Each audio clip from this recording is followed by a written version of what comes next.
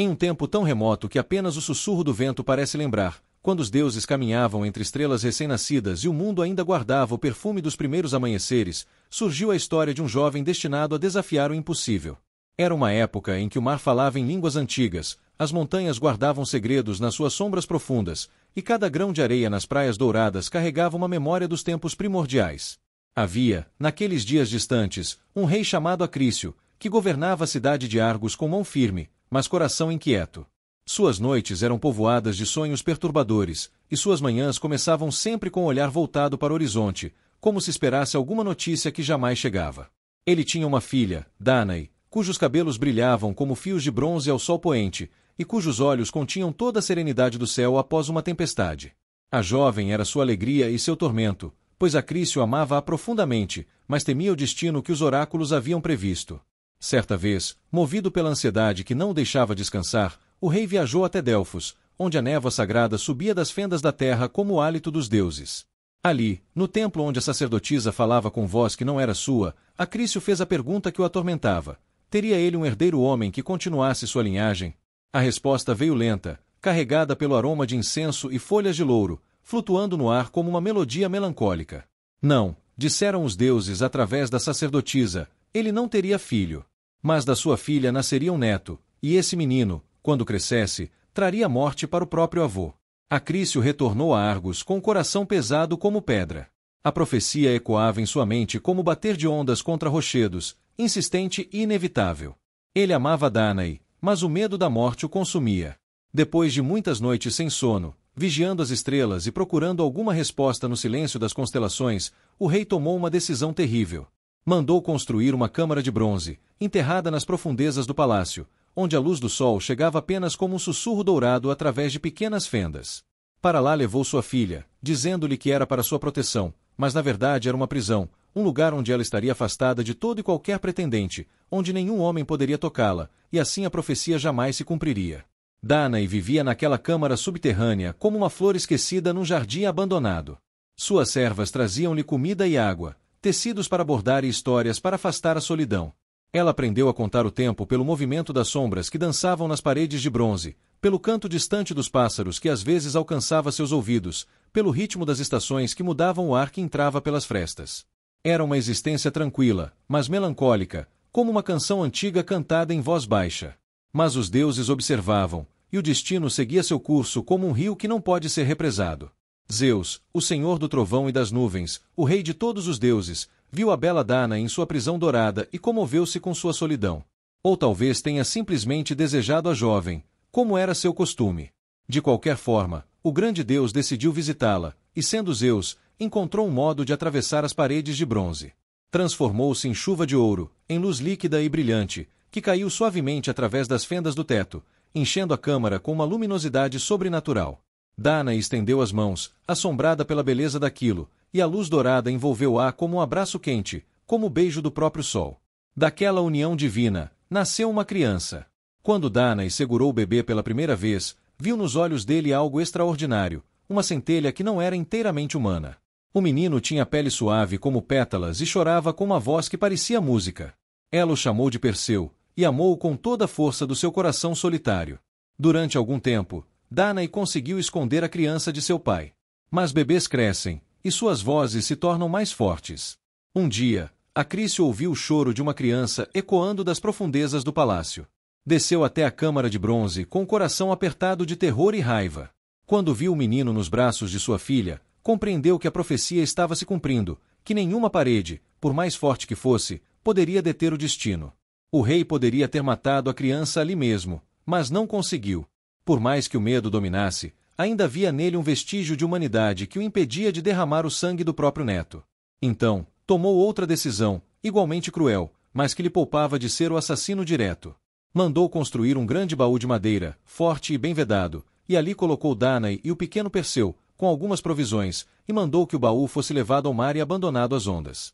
Era o final da tarde quando o baú foi lançado ao mar, e o céu estava tingido de tons de laranja e púrpura, como se o próprio mundo chorasse por aquela injustiça.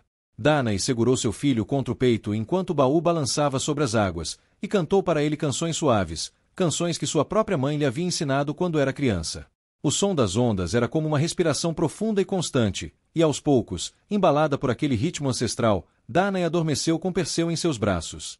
O baú flutuou por dias e noites, levado pelas correntes marinhas, sob o olhar das estrelas e o cuidado secreto de Poseidon, que guiava as águas com gentileza incomum. As ondas lavavam as laterais do baú com suavidade, como se soubessem que ali dentro estava algo precioso. Às vezes, golfinhos nadavam ao redor, deixando rastros prateados na superfície do mar. Às vezes, o vento trazia o perfume de terras distantes, o aroma de flores selvagens e ervas marinhas. Finalmente, numa manhã clara, quando a luz do sol fazia a superfície do mar brilhar como uma infinidade de diamantes, o baú encalhou numa praia de areia branca. Era a ilha de Sérifos, um lugar tranquilo onde o tempo parecia passar mais devagar, onde as casas eram simples e as pessoas viviam da pesca e do cultivo de oliveiras. Um pescador chamado Dictys estava recolhendo suas redes quando viu o estranho baú preso entre as rochas. Curioso, aproximou-se e abriu-o cuidadosamente. Sua surpresa foi imensa ao encontrar uma mulher e uma criança dentro, vivos, respirando suavemente, como se apenas dormissem um sono tranquilo. Dictys era um homem bom, de coração generoso e maneiras gentis. Ajudou Danae a sair do baú, ofereceu-lhe água fresca e comida, e ouviu sua história sem julgamento. Quando ela terminou de contar tudo o que havia acontecido, ele simplesmente acenou com a cabeça e disse que ela e o menino seriam bem-vindos em sua casa, humilde como era. Dictys vivia sozinho numa pequena casa de pedra perto da praia, e ficou feliz em compartilhar seu lar com aqueles dois náufragos enviados pelos deuses. Assim começou uma nova vida para Danae e Perseu. Os anos passaram suavemente, como areia que escorre entre os dedos.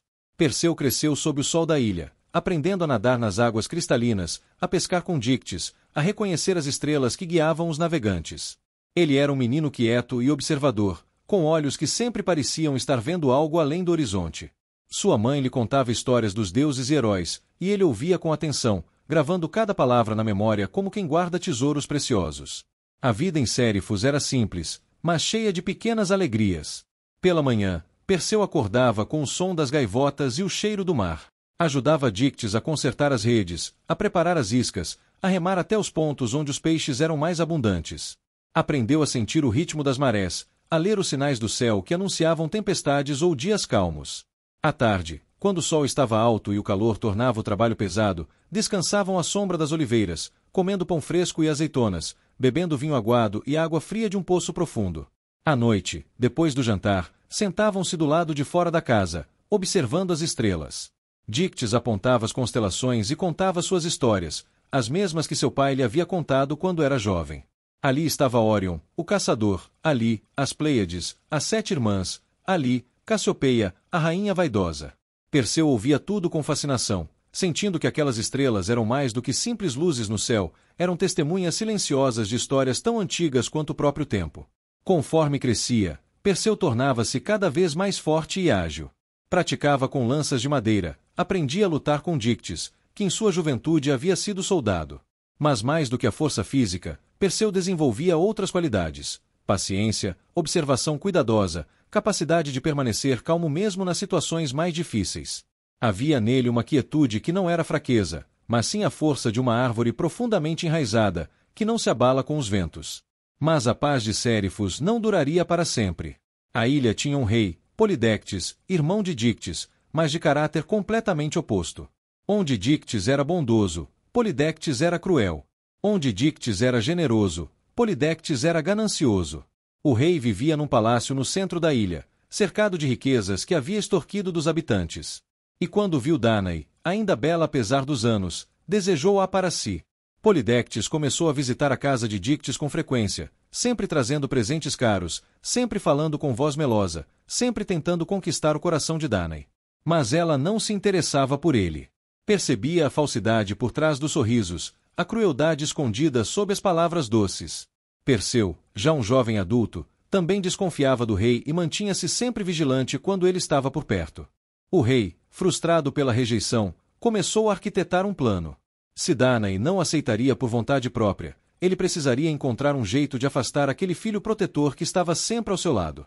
Organizou então um grande banquete, convidando todos os jovens da ilha, incluindo Perseu.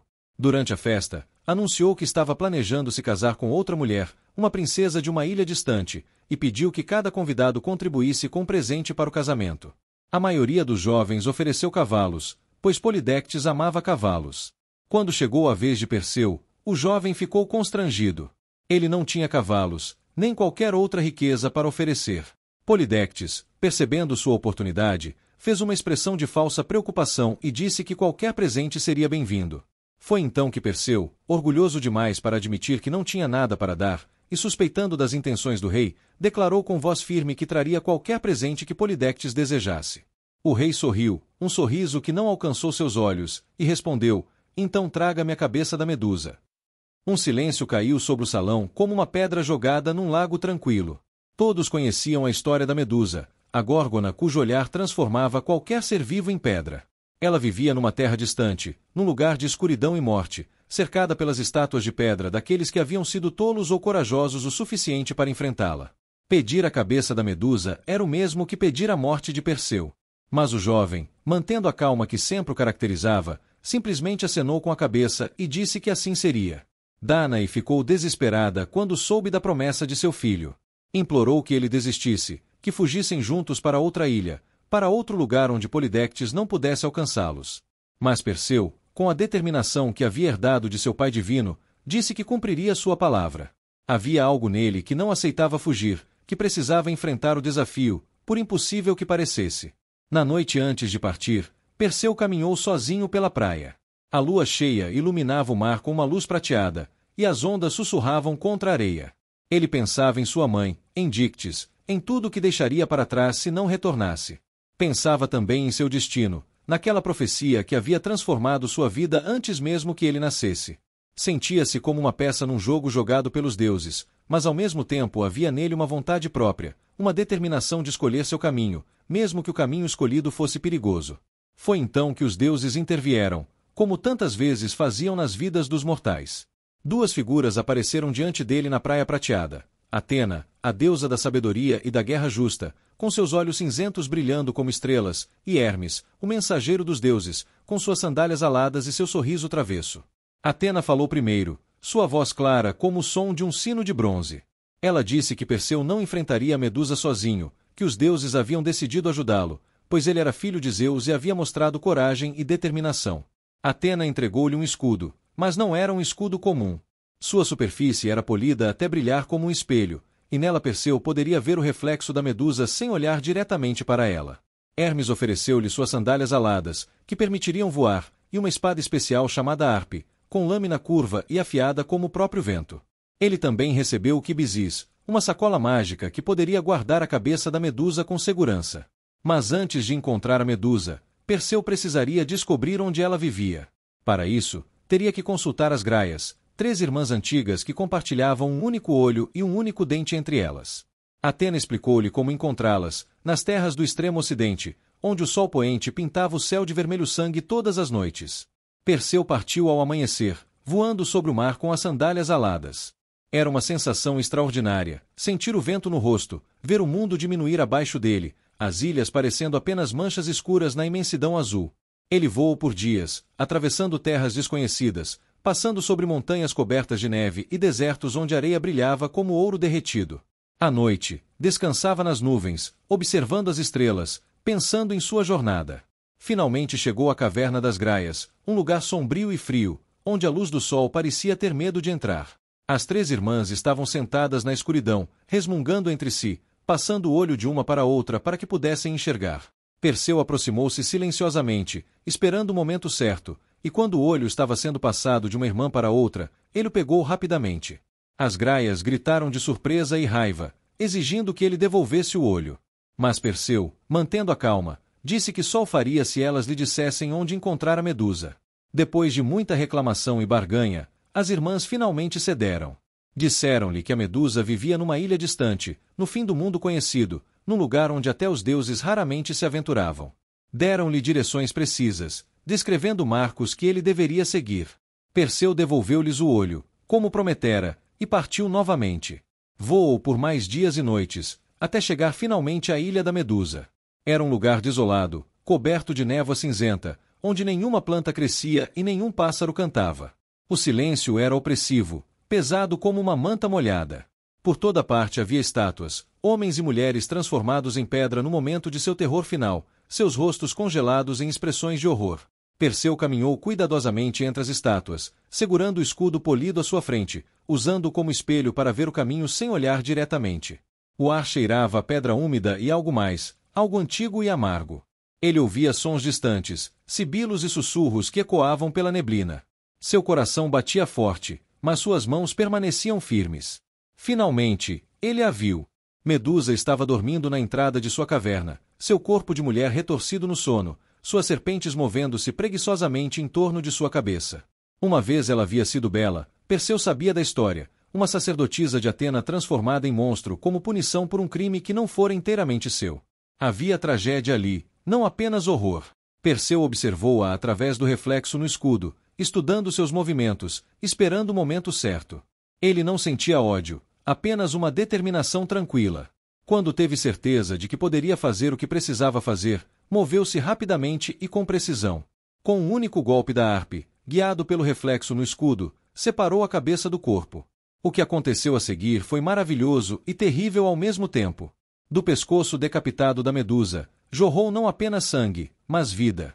Primeiro surgiu Pégaso, o cavalo alado, branco como neve fresca, com asas que brilhavam à luz fraca. Depois veio Crisaor, o guerreiro da espada dourada.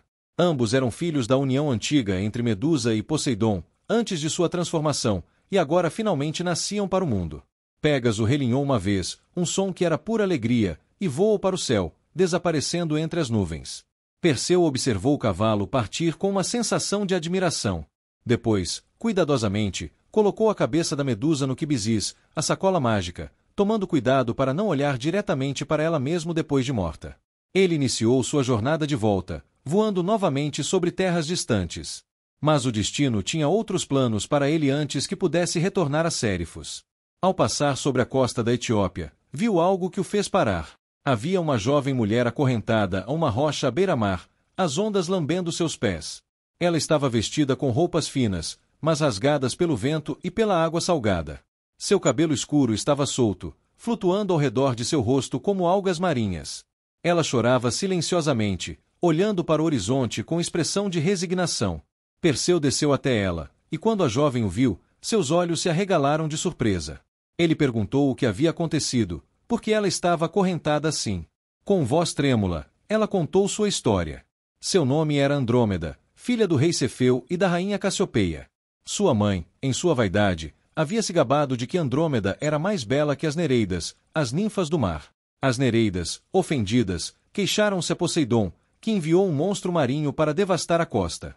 O oráculo dissera que a única maneira de apaziguar o deus era sacrificar Andrômeda ao monstro. Enquanto ela falava, Perseu viu algo se movendo na água. Uma forma enorme estava se aproximando, deixando uma esteira de espuma branca.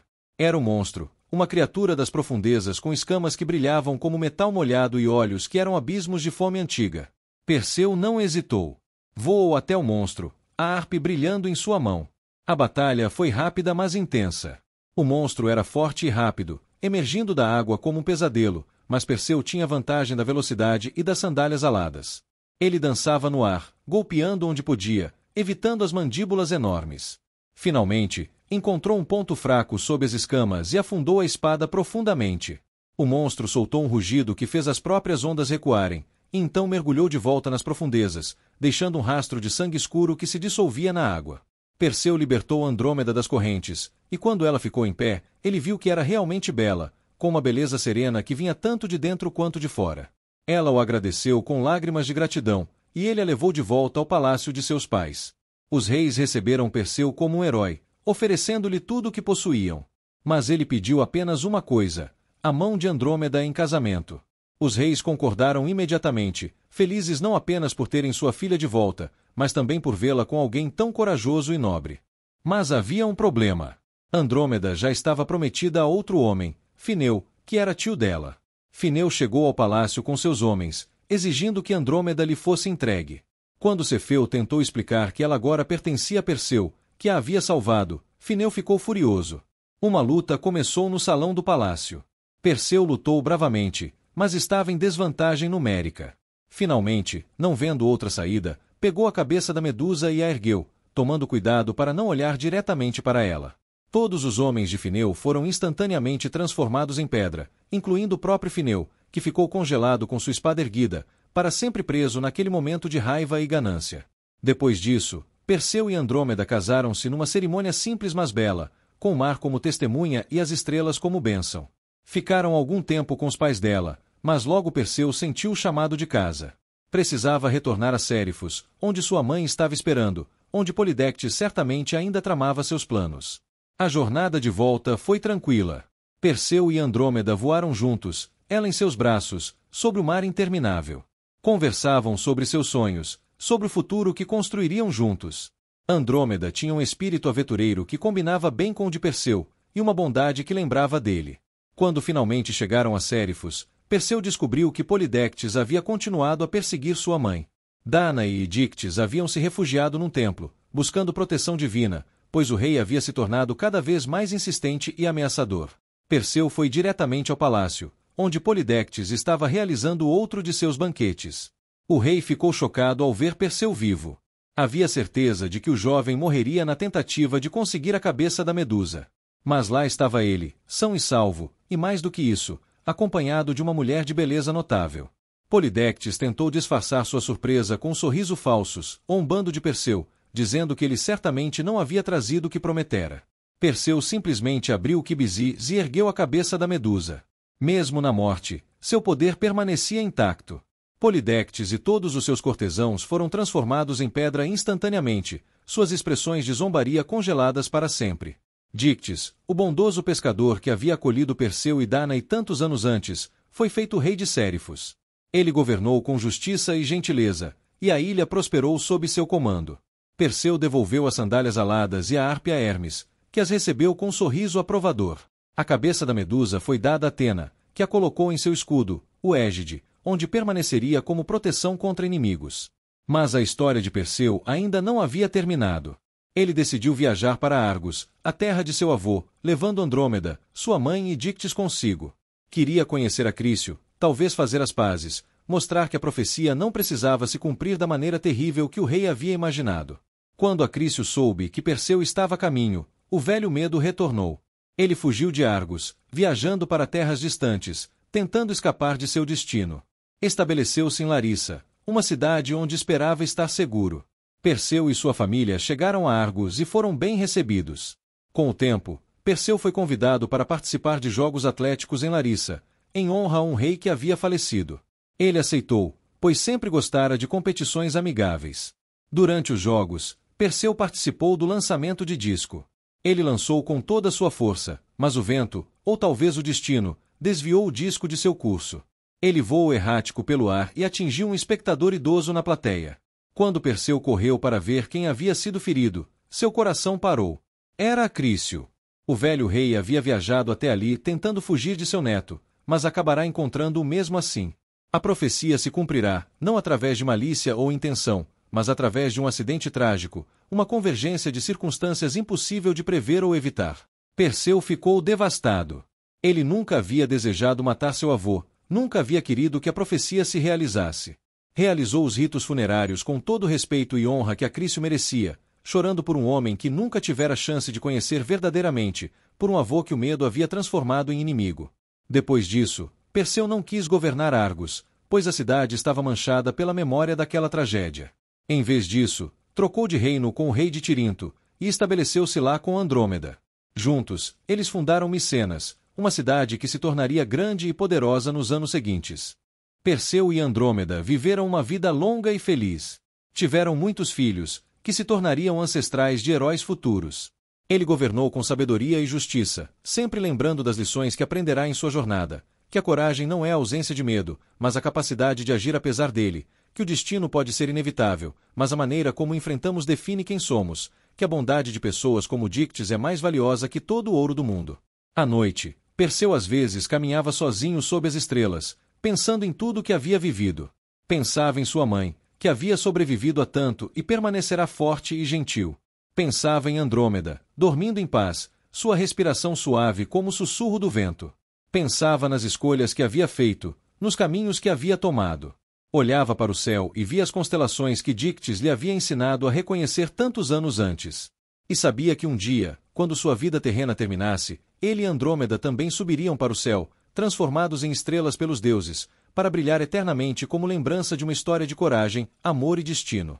Os anos passaram como folhas caídas de uma árvore antiga, cada estação trazendo suas próprias memórias e lições. Perseu envelheceu com graça, seus cabelos escurecendo primeiro com o tempo, depois clareando até ficarem brancos como espuma do mar.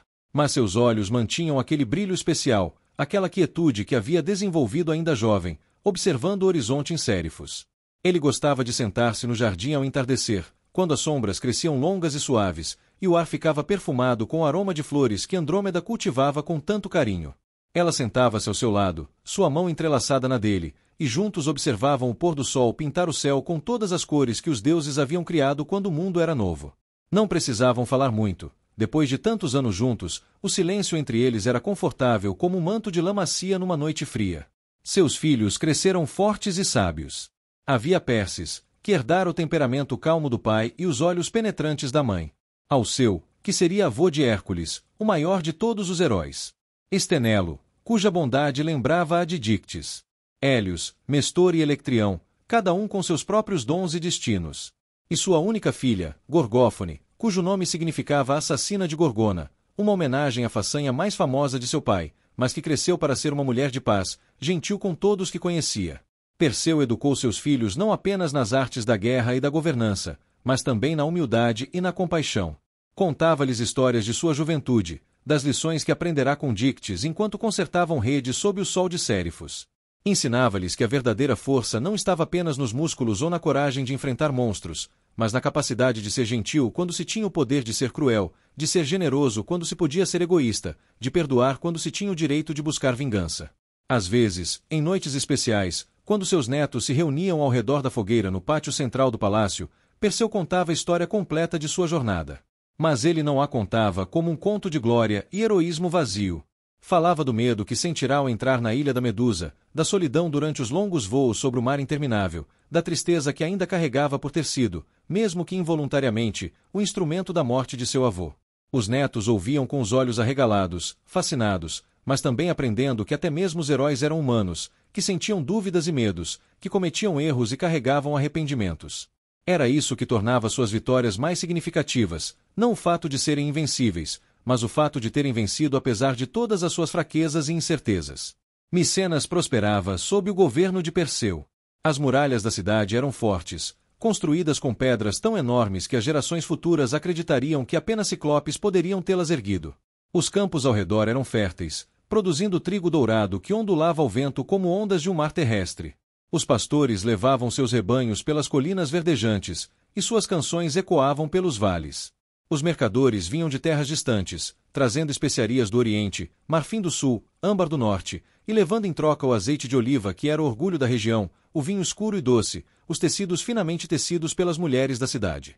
Perseu caminhava pelas ruas de Micenas disfarçado às vezes, apenas um homem velho de túnica simples, observando seu povo. Gostava de ver as crianças brincando nas praças, suas risadas claras como sinos de prata. Gostava de ouvir as conversas dos mercadores, discutindo preços e trocando notícias de outros lugares. Gostava de sentir o pulso vivo da cidade que havia ajudado a construir. Houve anos de abundância e anos de escassez, como sempre há. Houve celebrações e lutos, nascimentos e mortes, casamentos e despedidas. Mas através de tudo, Perseu mantinha-se firme, um pilar de estabilidade e sabedoria. Quando havia disputas, ele ouvia ambos os lados com paciência infinita antes de decidir. Quando havia injustiça, ele a corrigia sem crueldade, mas com firmeza. Quando havia necessidade, ele abria os celeiros reais para alimentar os famintos. Os sacerdotes diziam que os deuses olhavam favoravelmente para Micenas por causa de seu rei justo. Nos templos, oferendas eram feitas não apenas aos deuses, mas também em agradecimento por terem um governante que se importava tanto com seu povo. Atena, especialmente, mantinha um olhar protetor sobre a cidade, pois Perseu sempre havia honrado a deusa que o ajudara em sua maior provação. Dánae, a mãe de Perseu, viveu para ver seus netos crescerem. Ela se tornará uma anciã venerável, respeitada por todos. Passava seus dias fiando lã e contando histórias para as crianças, ou simplesmente sentada ao sol, seus olhos distantes, talvez revivendo memórias daquela câmara de bronze onde tudo começara, ou do baú que flutuara sobre as ondas, ou dos primeiros dias difíceis mas felizes em Sérifos. Quando ela finalmente partiu, em paz durante o sono, toda a cidade lamentou. Foi enterrada com honras dignas de uma rainha, pois era mãe do rei, mas mais do que isso, era uma mulher cuja coragem tranquila e fé inabalável haviam salvado não apenas sua própria vida, mas também a de seu filho extraordinário. Dictys também viveu até a idade avançada, governando os Sérifos com a mesma bondade que sempre demonstrara. Visitava Micenas ocasionalmente, e Perseu sempre o recebia não como rei recebe outro rei, mas como filho recebe um pai amado. Sentavam-se juntos e falavam do passado, rindo de memórias de quando Perseu era apenas um menino tentando aprender a lançar uma rede de pesca, ou lembrando das noites sob as estrelas quando o mundo parecia infinitamente vasto e cheio de possibilidades. Quando Dictys morreu, Perseu chorou como não chorara desde a morte de sua mãe. Fez uma viagem especial a Sérifos para os ritos funerários, levando Andrômeda consigo. Eles caminharam pela praia onde o baú havia encalhado tantos anos antes, e Perseu sentiu o círculo de sua vida se fechando, como ondas que voltam sempre ao mesmo litoral. Os anos continuaram seu curso inexorável. As estações giravam como uma roda eterna. A primavera com suas flores e promessas, o verão com seu calor e abundância, o outono com suas colheitas e cores douradas, o inverno com seu silêncio e reflexão. E através de todas elas, Perseu e Andrômeda permaneciam juntos, sua união um testemunho de que mesmo nos contos mais fantásticos, o amor verdadeiro era a magia mais duradoura. Andrômeda envelhecera tão graciosamente quanto Perseu. Sua beleza não havia desaparecido com os anos, apenas se transformará em algo diferente, mais profundo. Havia sabedoria em seus olhos, bondade nas linhas de seu rosto, paz em seu sorriso. Ela ainda cuidava de seu jardim, embora agora com a ajuda de servas, e as flores que cresciam ali pareciam mais vibrantes, como se absorvessem algo de sua essência gentil. Ela e Perseu desenvolveram pequenos rituais ao longo dos anos. Todas as manhãs, acordavam com o sol e faziam uma oferenda simples aos deuses, agradecendo por mais um dia juntos. À tarde, caminhavam pelos jardins do palácio, de mãos dadas, falando de seus filhos e netos, de planos para a cidade, ou simplesmente da beleza de uma nuvem no céu ou do canto de um pássaro. À noite, antes de dormir, contavam um ao outro o que mais haviam apreciado naquele dia. Perseu começou a sentir o peso dos anos de maneira mais pronunciada. Suas articulações doíam em manhãs frias, e ele não conseguia mais caminhar as longas distâncias que outrora percorria sem esforço. Mas aceitava essas mudanças com a mesma calma com que aceitara todos os outros desafios de sua vida. Sabia que eram apenas parte do ciclo natural de todas as coisas, que assim como a maré subia e descia, assim como as estações mudavam, também os seres vivos nasciam, cresciam, envelheciam e eventualmente partiam. Ele começou a preparar seu filho mais velho para assumir o trono. Passou horas ensinando-lhe não apenas as técnicas de governança, mas também a filosofia por trás de suas decisões. Um rei, dizia ele, não é alguém que governa sobre seu povo, mas alguém que serve ao seu povo.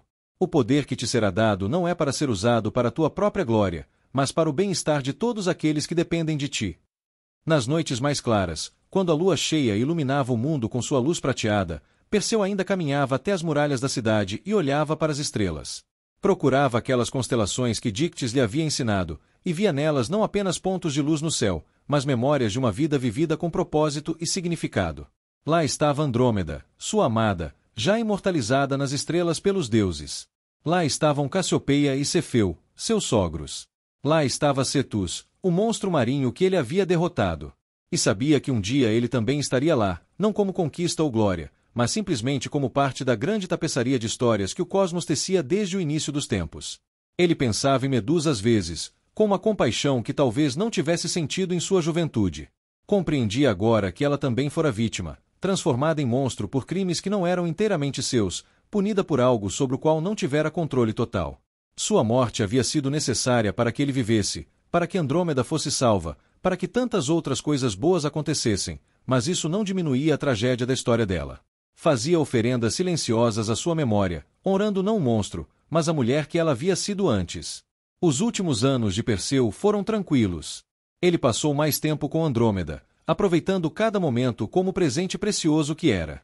Brincava com seus bisnetos, que subiam em seus joelhos e puxavam sua barba branca, rindo com aquela alegria despreocupada que só as crianças possuem. Contava-lhes histórias, mas não apenas as dramáticas de sua juventude. Também histórias simples, sobre a beleza de um pôr do sol, sobre a importância da bondade, sobre como as pequenas escolhas que fazemos todos os dias são tão importantes quanto as grandes decisões heroicas. Houve uma noite, no final de um verão particularmente belo, quando Perseu sentiu que seu tempo estava chegando ao fim. Não era dor ou doença, apenas um conhecimento profundo, como se seu corpo e alma estivessem gentilmente se preparando para a próxima jornada. Ele pediu a Andrômeda que caminhasse com ele uma última vez pelos jardins. A lua estava cheia, e as flores liberavam seu perfume mais doce na brisa noturna. Eles caminharam devagar, em silêncio na maior parte do tempo, apenas apreciando a companhia um do outro. Finalmente, Perseu parou perto de uma fonte onde a água sussurrava sua canção eterna, e segurou as mãos de Andrômeda nas suas. Fui abençoado, disse ele suavemente, além do que qualquer homem merece. Tive uma mãe que me ensinou força através da gentileza. Tive um protetor que me mostrou que bondade não é fraqueza. Tive a ajuda dos deuses quando precisei. Mas acima de tudo, tive você ao meu lado, transformando cada dia em algo que valia a pena viver. Andrômeda sorriu, seus olhos brilhando com lágrimas que não eram de tristeza, mas de gratidão por tudo que haviam compartilhado. E eu tive você, respondeu ela, que me salvou não apenas de um monstro marinho, mas também me mostrou o que significa verdadeiramente viver, amar e ser amada.